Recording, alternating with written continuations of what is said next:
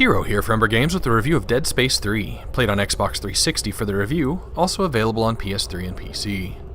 Dead Space 3 was developed by EA's internal studio Visceral Games, formerly known as EA Redwood, and released in February of 2013.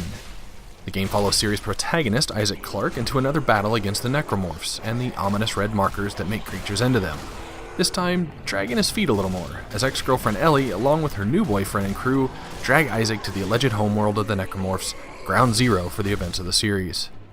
The first Dead Space went for a place somewhere between that of the old Resident Evil survival horror jump scares and a shooter. The second game went slightly more toward the shooter with continued jump scares, but still a place where nearly every pickup felt valuable. Dead Space 3 has gone almost completely to the shooter side, where ammo, health packs, and other resources are never really a problem. This is amplified by the presence of a completely online cooperative campaign, where one player takes Isaac and the other Carver, a not quite one-dimensional character, along for the ride. The presence of another player definitely lightens the mood of the isolation you felt in the first two incarnations. There is a fine line between having enough life to be knocked out where one character can revive the other, and the instant death that provides no chance to save one another. You can share ammo and health packs freely, but not weapons. I'm not sure if it was just limited to cooperative, functioning between two people's save files or not, but we did have some progress saving issues in between sessions. We would make a point to play until we saw a progress saved icon in the upper right, and then be sure to click save and quit when we were done. But probably 80% of the time, we were put back to a point further than when we quit. Dead Space 3 is divided into 19 chapters, most of which are Isaac moving from point A to point B, but the maps aren't simply corridor in style. In most areas, you'll be solving problems to proceed and retreading a bit over the same areas as they're fixed. New to the series are several optional missions, with additional ones available while playing cooperatively. I actually put some neat touches on this, as one of the characters at one point starts having visions and going a bit insane, where Berserker Slurpee and I actually sent pictures of our screens to each other to show what we were seeing. It's not a feature I've seen often and was done to great effect.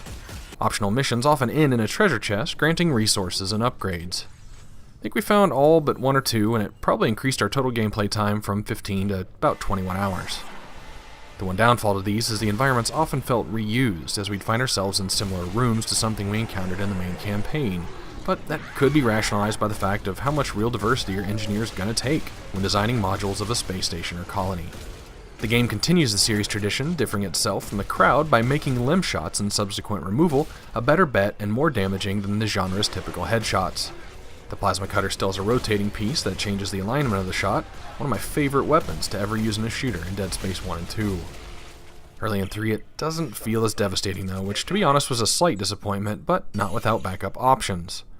Isaac is an engineer and can use workbenches to put together weapon pieces he finds into new combinations. The old power node upgrade system is gone, replaced with putting together stocks, power sources, and dispersal mechanisms, 2 per weapon. There are additional support upgrades like adding acid or fire to projectiles or making nearby ammo automatically be picked up. In addition to that, weapons have circuit board slots, which can be found aplenty, offering upgrades to the upper or lower damage, reload, clip size, and fire rate. You can discover blueprints for pre-made weapons that can be made from resources you find: tungsten, transducers, semiconductors, and scrap metal for some cleverly named pre-made fun. The one downfall to this system is weapons are pretty expensive, and there's not a way to try before you buy, which can make some of us hesitant to try things out. You can equip 2 weapons at a time in Dead Space 3, with a major difference from previous entries being that ammo is a universal resource. Whether you're shooting the old plasma cutter, sending spinning saw blades, or using a flamethrower, they all consume the same stacks of ammo. Workbenches also work as storage boxes. As your inventory slowly grows throughout the game, you'll find yourself keeping lots of extra supplies. You can sell the supplies for a small exchange of resources if you need a bit more to make a weapon, or want to make more medium or large health packs instead of having all the small ones. Kinetic and stasis powers returns, courtesy of Isaac and Carver's rigs, enabling you to fire a glowing blast to slow down enemies or environmental hazards, and Kinesis granting the ability to pull in faraway chests or grab things in the environments to throw at enemies, including their own spiky limbs. The rigs can be upgraded using discovered resources, increasing armor, HP, and Kinesis and stasis strengths. The pair's underlying suits can also be changed, granting additional inventory slots and protecting them from the elements. There isn't a map or mini-map to guide you through the game. Instead, you can hold the right stick in to display a shining path on where to go, or in our case, where not to go, similar to previous titles. We'd often take the wrong direction first to see what hides in the dark corners of the world, as we tried to scavenge all the upgrade materials we could find. The marker can also be switched to track optional missions, nearby workbenches, or suit upgrade stations. Most of the staple Necromorphs are back, including some appearances from those regenerating guys at the end of 2. The raptor-type Necromorphs were a pleasure to see again, and the shooting dog-type ones, as I call them, were not a pleasure not to see. There are a couple of boss fights, one that was frustrating to discover the mechanic, and one that had a fun mechanic, especially co-op, that ended pretty anticlimactically.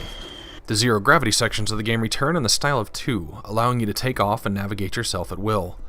There are also quite a few rail sections where you move your character back and forth on a preset path, trying to dodge one-hit kill smashes from flying debris. Repelling sections are also present, with the ability to leap back and forth and shoot as you ascend or descend.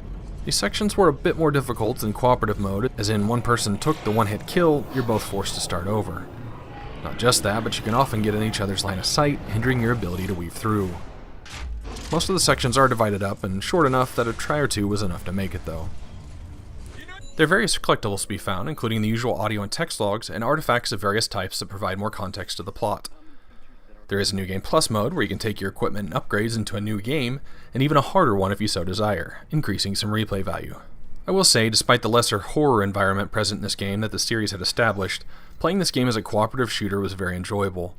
There's so many situations where sending someone point and covering the back, or shooting a stasis just in time to save the other player, made it worth it.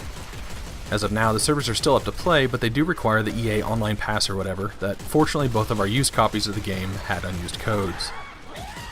While we never ran out of ammo or health, and by the end had plenty of resources for our weaponly desires, you can buy random weapon part and resource packs for real money from the online store at the bench. Take that as you will. To further gather resources, some scavenger bots were added, that we think maybe there was some strategy to placing. You access them as a firearm with up on the D-pad, and as you aim there are some arrows and beeps, which I'm not really sure we figured out and eventually just stopped caring. We'd often just drop them whenever the game would let us, and within 10 to 15 minutes they'd return to the closest workbench with small amounts of goods. So if you're looking for a fun cooperative experience, a shooter with some horror elements, some fun weapons and customizations with no trial before sinking resources, some optional content, in a shooter where it's not all about headshots and don't mind a few frustrating transition segments, you'll miss the atmosphere from the previous Dead Spaces as well as the survival aim parts. Playing cooperatively, you may have to redo a checkpoint or two between sessions, but there's a solid game here that I would highly encourage playing cooperatively, even though it didn't sell too well initially, and we may never see a fourth game to tie up Isaac's story. Rated as a third-person shooter, Dead Space 3 hits a 78 out of 100, with 50 being an average game. This is Jiro for Umbra Games. Thanks for watching. The subscribe button's there if you want to receive notifications of new videos, or please feel welcome to follow me on Twitter @Umbra Games.